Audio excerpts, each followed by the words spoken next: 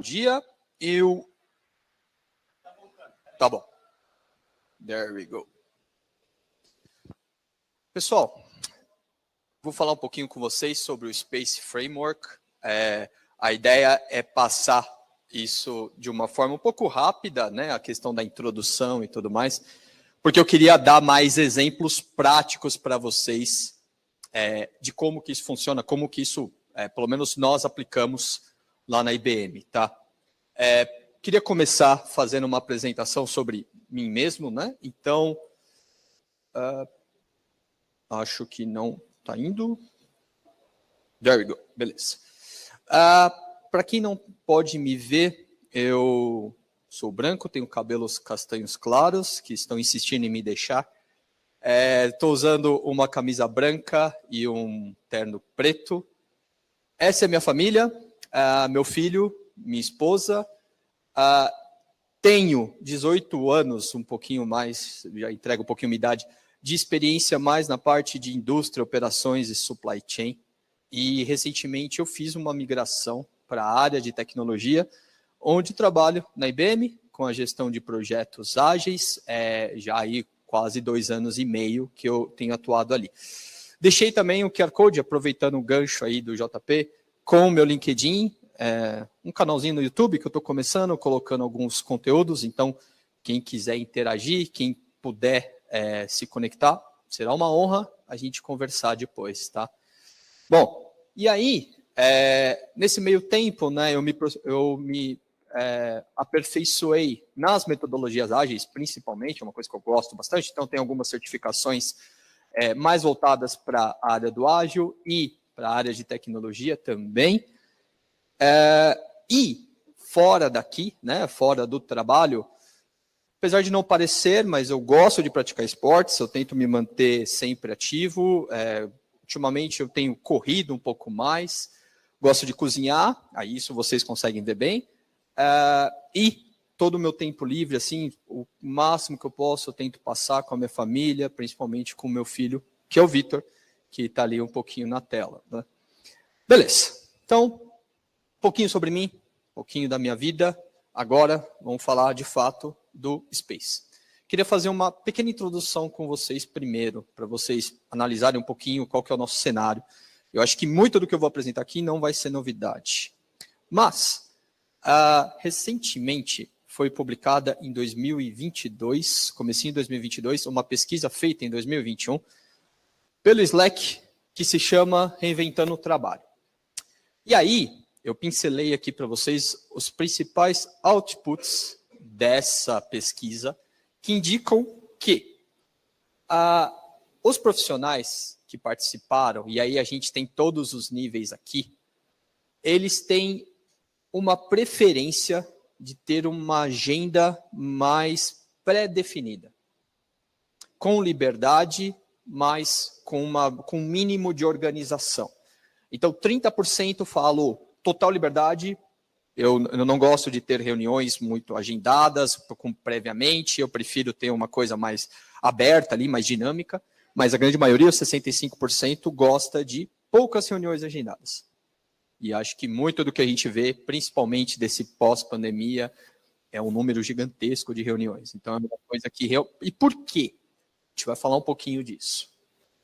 O modelo flexível, ele é o primeiro fator para uma escolha de trabalho. Então, não se fala em dinheiro, não se fala em nome da empresa, muitas vezes não se fala em função. É híbrido ou é presencial, é full remote ou o quê?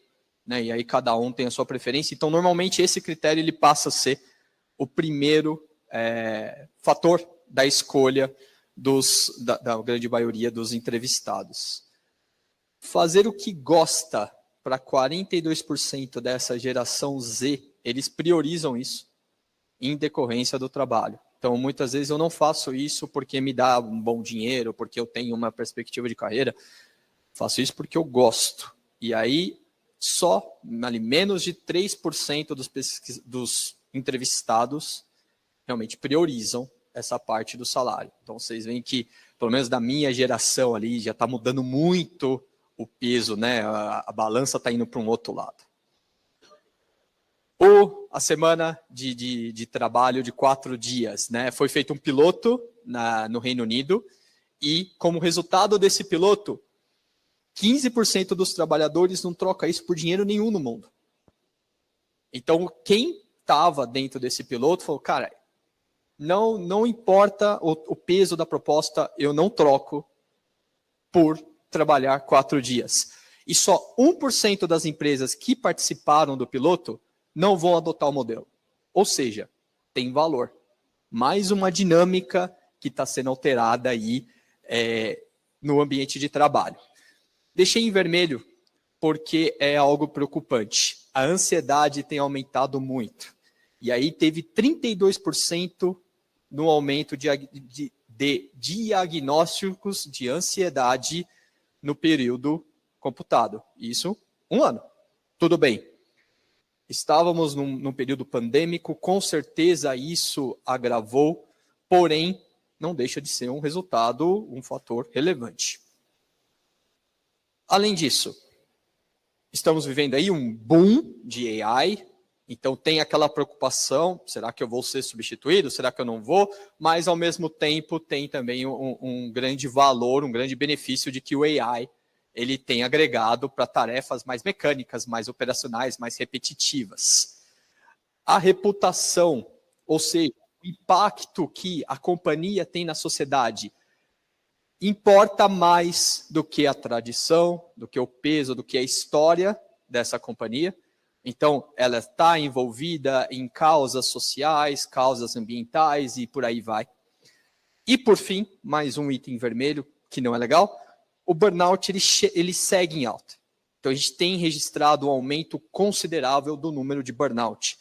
42% reportaram burnout, mais 2% comparado com o ano anterior. Ou seja, quase metade das pessoas que trabalham com você já tiveram um caso de burnout. Isso incluindo você mesmo. Ou seja, saúde mental, bem-estar, é uma coisa que deve ser levada em conta. Ela tem peso em tudo que a gente vai falar aqui. Beleza. E aí, impactos de interrupções. Não sei quem já conhece esse dado, mas eu achei ele muito interessante. De acordo com uma pesquisa de ciência cognitiva, ela apontou que, quando você é interrompido numa tarefa, você demora 15 minutos para, vamos dizer assim, continuar de onde você parou. Então, às vezes, uma simples interrupção, uma mensagenzinha em algum aplicativo, WhatsApp ou Slack, não importa, quem está no modelo presencial, aquela batidinha ali na mesa, opa, você pode falar aí? A pessoa ela demora, no mínimo, 15 minutos para ela retomar de onde ela parou. E isso, num total, né, de acordo com essa pesquisa, você, por interrupções, você está performando 40% menos do que você poderia por conta disso. Ou seja, é grande. O impacto de uma interrupção, realmente, ele é relevante. Ainda mais num ambiente que nós trabalhamos de desenvolvimento de software, de tecnologia, onde o foco, a concentração, ela é ainda mais importante do que em outras áreas. Outro ponto bem relevante é monitorar de uma forma individual os indivíduos não quer dizer que é a melhor forma de você alavancar a produtividade. Muito pelo contrário. O monitoramento individual muitas vezes requer uma demanda maior do colaborador que está sendo monitorado do que, de fato, o quanto ele está sendo produtivo. Então, a liberdade realmente importa. E, às vezes, ele perde tempo tendo que reportar coisas, tendo que registrar alguma coisa, ao invés de fato, produzir. E um outro dado, esforço inteligente não significa fazer esforço o tempo todo. Esse gráfico, o que ele indica? Que você tem um pico, um limite de esforço, e que quando você excede um determinado tempo, você acaba gerando um boicote da sua mente e ela para de produzir, por mais que você acredite que você esteja ali na sua alta performance. Então, é muito semelhante a, deixa eu fazer uma analogia, perdão, com a corrida.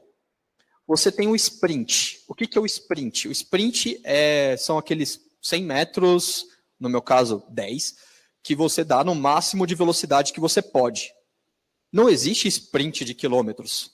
Uma hora seu corpo vai começar a cansar, você não vai estar no seu máximo. A nossa mente é a mesma coisa. É isso que esse estudo indica. Então, existe um momento em que você não vai mais dar a sua alta performance. Você precisa de um descanso. Então, quem conhece metodologia Pomodoro, ela já fala um pouquinho disso. Tem uma hora que é melhor você dar uma parada, desconectar, para depois você voltar com tudo. Então, você dá esse descanso. Isso é importante. Então, não existe esforço o tempo todo. Isso não é ter um esforço diferente. Inteligente. Isso não significa ser produtivo. Achei importante trazer esses pontos para introduzi-los também no próximo tópico, que é a respeito de mitos e confusões, erros relacionados às métricas. Então, entendemos que o ambiente mudou, entendemos que existem outras métricas mais relevantes, mas produtividade não é apenas sobre o desempenho do desenvolvedor. Vai muito além disso. Vou dar um exemplo aqui para quem usa Velocity. O Velocity, ele é sim uma métrica útil, não quero desmerecê-la, eu também uso no meu time. Porém, apenas o Velocity não quer dizer nada.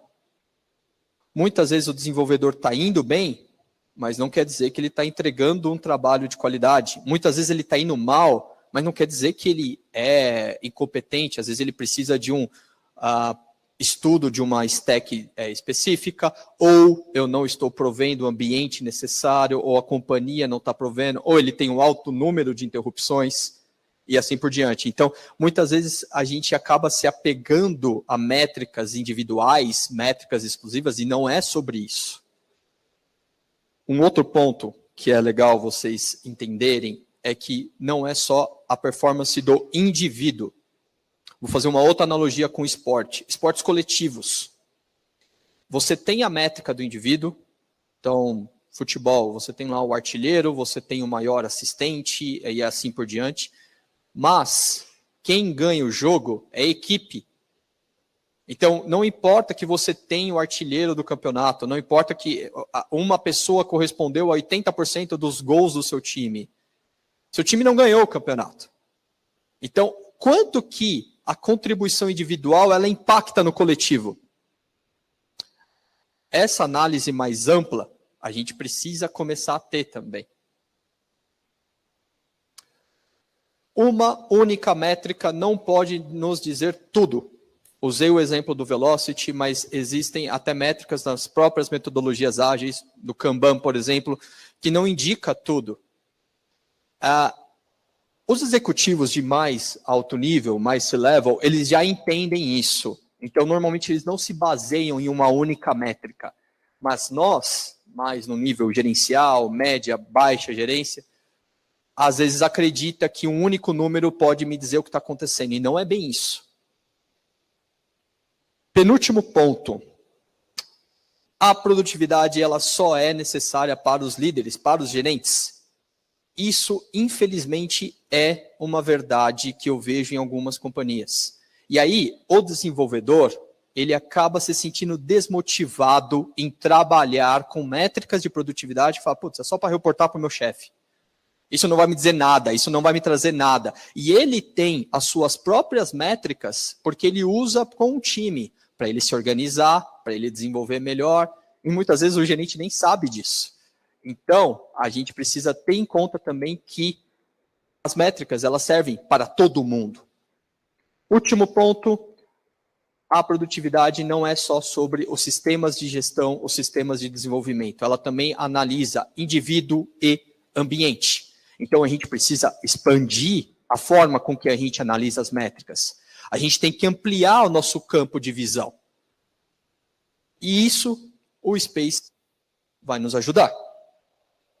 De onde saiu esse bichinho aqui? Bom, são as mesmas pessoas envolvidas na criação do DORA. Para quem não conhece, DORA é uma métrica de DevOps que mede 4 itens específicos.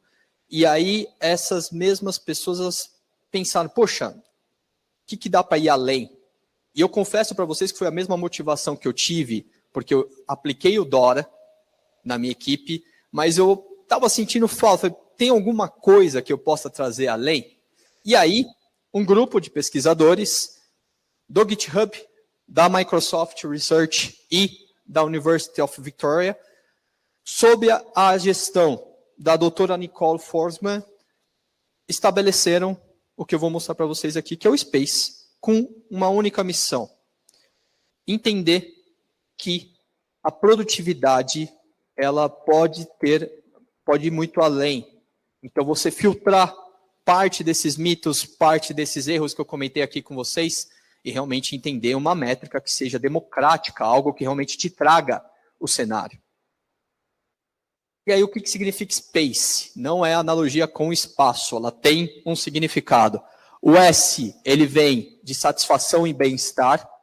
O P é da parte de performance. A, de atividade. O C, de comunicação e colaboração. E o E, de fluxo e eficiência. Eu vou entrar um pouco mais no detalhe desses acrônimos aqui, para vocês entenderem como que realmente cada um vai funcionar. E, para ser de uma forma abrangente, o Space ele cobre 3 dimensões diferentes: o indivíduo, a equipe e a organização, o programa, o sistema. Aí cada companhia pode medir de uma forma diferente. Então, através dessas 3 dimensões e daquelas 5 áreas, eles entendem que você consegue entender melhor como o seu time realmente funciona, onde estão os gargalos da sua equipe, onde ela pode melhorar, e se ela está sendo produtiva ou não. Vamos para o que interessa. Vou mostrar um pouquinho para vocês na prática, como é que isso funcionou para mim, e no final eu trago um pouquinho de resultados para vocês verem se tem valor a aplicação ou não.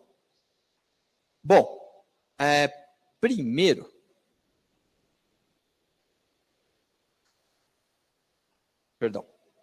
construa a sua equipe.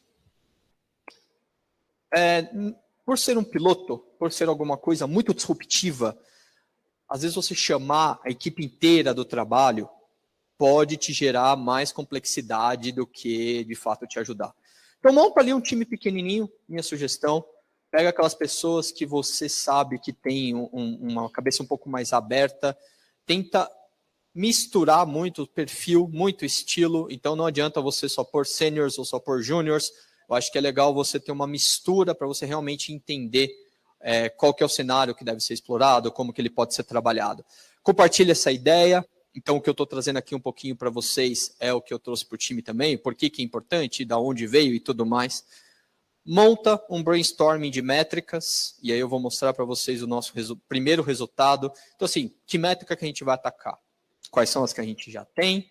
Quais são as que faltam? O que a gente pode incluir?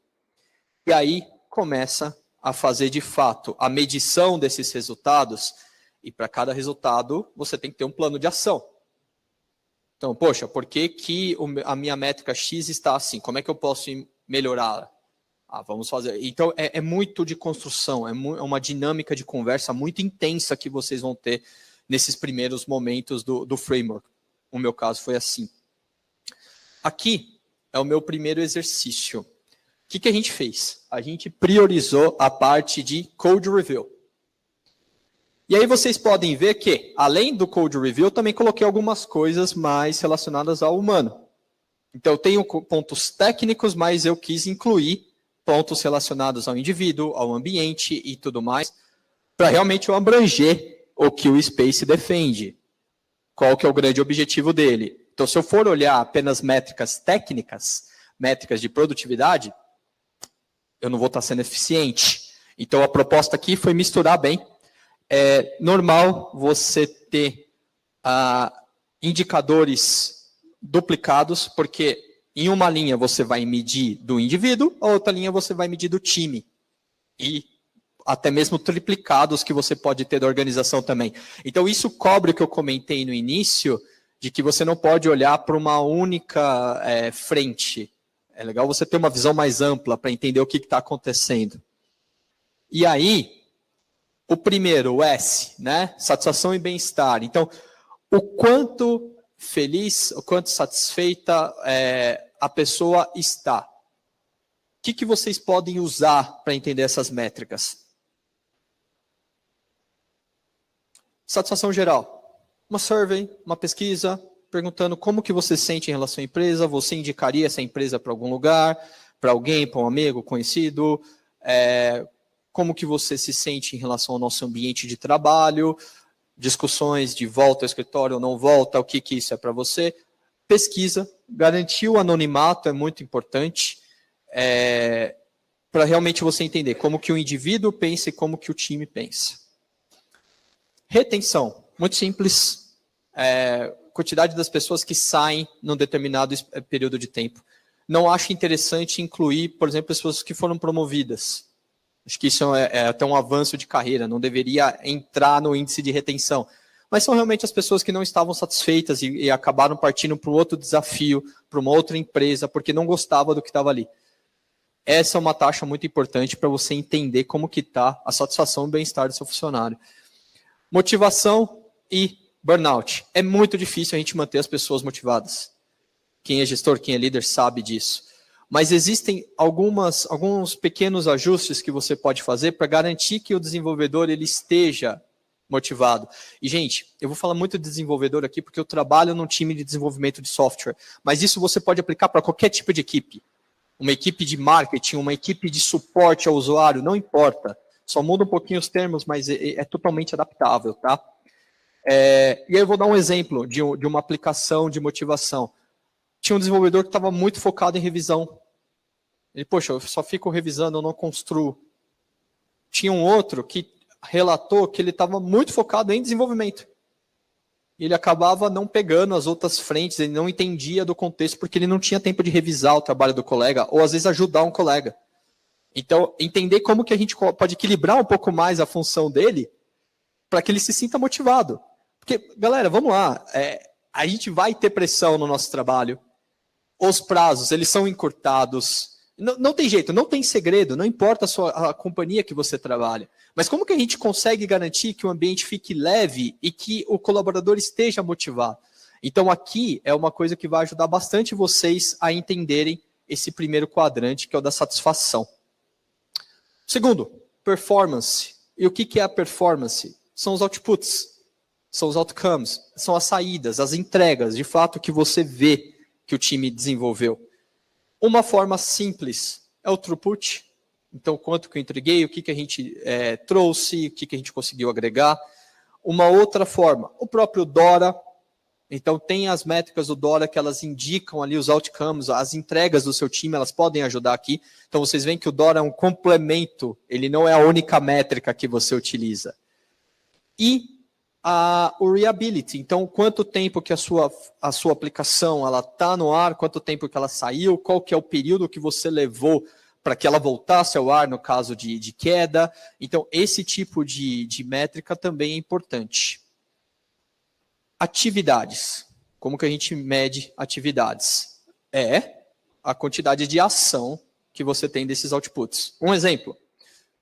Quantidade de PRs de commits. Então, aqui você pode ter dentro do seu time quantos PRs você fez, quantas revisões você fez e assim por diante. Assim como a equipe também, então você vai abrangendo isso para as outras dimensões. O commit timeline, então qual que é o tempo que você leva para toda a execução, né? Então, desde o momento que você inicia o desenvolvimento, ali abre o primeiro pedido de revisão, até isso está realmente em master, ou como vocês chamam aí, de fato o código entregue, né? Mais um cara que faz parte do DORA e que pode ajudar também, frequências de deploy.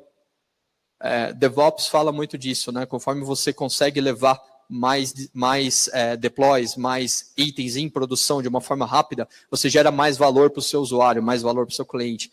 E é uma forma de você medir também o seu número de atividades.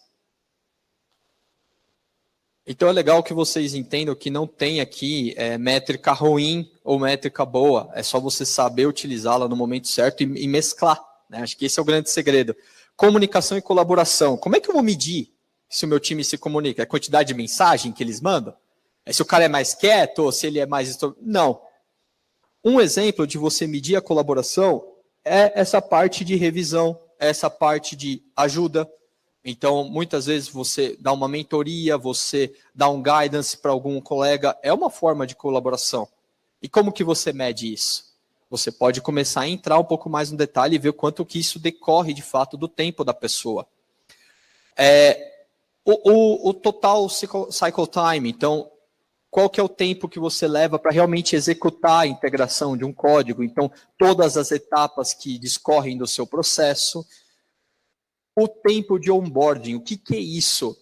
Entrou um cara novo no time, quanto tempo ele leva para estar autônomo, para conseguir trabalhar? Isso indica muito da colaboração, porque se ele está num ambiente em que as coisas são bem documentadas, que as pessoas são solícitas, ele se sente confortável, independente da senioridade da pessoa que entrou no time, ela vai levar um tempo cada vez menor para se ambientar. Então, essa também é uma métrica interessante para vocês considerarem quando a gente medir a parte de comunicação e colaboração. Flow e eficiência. Aqui é meio maluco, tem algumas coisas de mindfulness aqui, mas eu vou tentar deixar claro para vocês. Você fazer o seu trabalho com um mínimo de interrupções. Então, existe o chamado estado de flow, que ele te garante ali onde você está no seu foco máximo, e muitas vezes você nem sabe direito como você fez aquilo. O DORA indica isso. Como? Bugs em produção e assim por diante. Isso acaba tirando um pouco da capacidade do time. Essa parte de você ter ali o tempo de flow é uma coisa que o próprio desenvolvedor pode medir. E fala, bom, consegui ficar focado nesse código aqui por 3 horas. E aí você começa a explorar, você começa a entrar mais no detalhe, mas que momento foi isso? Ah, foi das 8 às 11 da noite. Ou foi das 8 às 11 da manhã. Ou foi na hora do almoço. Por quê? Você adapta o trabalho dessa pessoa para onde ela consegue ter o maior foco, para onde ela consegue entrar nesse estado de flow, esse estado de fluxo, de uma forma mais produtiva. Um exemplo, você não marca a reunião naquele horário que você sabe que ele tem uma produtividade maior, porque deixa ali para ele desenvolver, para ele de fato entregar o que se espera, né? E o número total de interrupções. Essa também é uma métrica que, gente, realmente trouxe valor para nós quando a gente começou a medir. Então, lá nós estabelecemos horários para você responder Slack. Nós não fazemos reunião o dia inteiro. Nós temos períodos e dias determinados para algumas reuniões, a não ser que seja alguma coisa muito urgente, muito necessária. Então, isso garante também que o time seja mais produtivo. Então, essa é uma forma de você medir flow e eficiência da sua equipe. Como encerramento, queria compartilhar alguns resultados do que a gente fez. Nós implementamos esse framework no início desse ano, e aí nós aumentamos ali em 150% a satisfação do desenvolvedor. E, gente, não precisei dar um monte de aumento, não tive que fazer promoções. Realmente são ajustes que eu acabei comentando com vocês no ambiente, na forma de trabalho. E aqui, né, da onde veio. Então, do que a gente tinha no ano passado para o que a gente compartilhou nesse ano. Então, só para vocês entenderem uma forma ali literal de como que eu meço isso. Eu dupliquei os meus deploys por iteração. Nesse mês de setembro, a gente já aumentou em 4 vezes, que meu chefe não esteja vendo, para ele não contar com isso, mas ainda é um projeto piloto, então a gente está realmente num progresso ali de frequência de deploys maior. E aí, de novo, né? DevOps, DORA, tudo vai atrelado a isso. E a gente reduziu ali para 1/4 o número de bugs no ambiente de produção. Vou correr que está acabando o meu tempo. Por que eu considero o Space importante e eu compartilho dessa ferramenta com vocês? Ele nos traz muito além das métricas padrão. das métricas que a gente tem já de mercado. Ele vai além, ele é uma coisa mais disruptiva, ele é uma coisa mais inovadora. Mas, se a gente não mudar a nossa mentalidade sobre percepção de produtividade, sobre o que realmente importa, que você deve olhar o ambiente, não deve olhar só o indivíduo, e uma série de coisas que eu comentei com vocês, o Space não vai funcionar. Não tem uma métrica que possa cabível para todo mundo. Então, isso é uma coisa quando você for aplicar o Space em escala, então você quer trazer para além da sua companhia, que você pode ter um pouco de dificuldade, porque o que funciona para o seu time não necessariamente funciona para o time do lado. O importante é você entender o que funciona para você. Então, você nunca vai ter esse chamado one size fits all. Você sempre vai ter ali uma mistura de métricas que querem te dizer o mesmo. Quanto que o meu time é produtivo? Mas a produtividade do meu time é diferente da sua, até porque os escopos nunca são iguais. Garantir que você olhe a visão macro, você não olha a visão micro. Então, o que eu chamei aqui de big picture, você realmente tem uma visão do todo, uma visão mais holística possível, e não olha para um único indivíduo apenas, que uma métrica de atividade não quer te dizer tudo. Então, aquele exemplo que eu trouxe para vocês de um time, né? Muitas vezes você tem o melhor jogador do campeonato, mas isso não se reflete em título da equipe. E no final, galera, o que a gente quer é ganhar o título. Cuidados. Muitas métricas podem deixar o time desconfortável e confuso. Então, vai no básico, comecem com pouco. Eu acho que isso vai ajudar vocês a terem sucesso. Cuidado com os paradigmas das métricas. Não existem métricas perfeitas. A gente diz que elas são complementares, elas se ajudam. O time e a organização têm que respeitar a privacidade do indivíduo. Então, tem países que você não pode fazer, por exemplo, Space. É muito importante que você garanta meios, você garanta sigilo para a pessoa dizer a verdade, para ela se sentir segura. Né? Não adianta você chegar no seu chefe e falar, olha aqui, ó, a satisfação do desenvolvedor, mas quem foi que falou isso aí? Você não pode entregar. Então, você tem que garantir que os dados são sigilosos, para você colher os resultados que você deveria. Desculpa ter corrido no final. Dúvidas?